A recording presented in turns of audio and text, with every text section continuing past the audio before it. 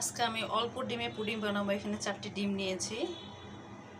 আমি half cup চিনি এখানে দিয়ে দিব এবং ভালো করে এটাকে মিক্সড করে নেব।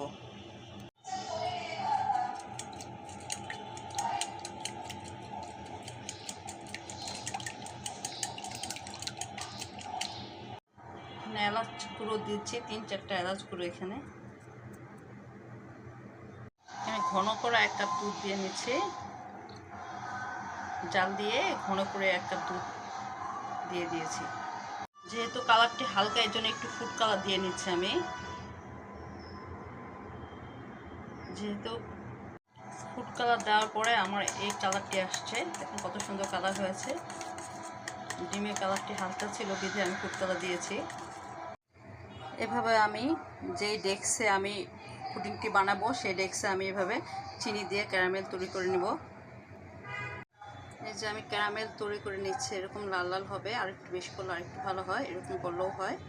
বসাবো সেট করার জন্য, সিদ্ধ হওয়ার জন্য। এই যে দেখেন এরকমভাবে আপনি পানি দিয়ে এরকমভাবে একটা স্ট্যান্ড দিয়ে এরকমভাবে তৈরি করে নিতে পারেন। এটার উপরে আপনি বসিয়ে দিলে, ঢেকে দিলে আস্তে আস্তে হয়ে যাবে মিডিয়াম আঁচে।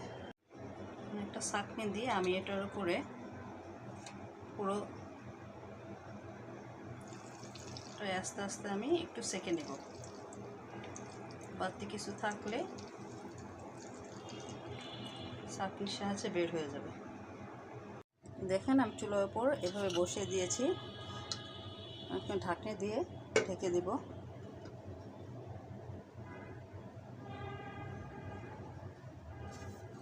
তারপর আরেকটি বড় ঢাকনি দিয়ে এটা আমি ঢেকে দিচ্ছি।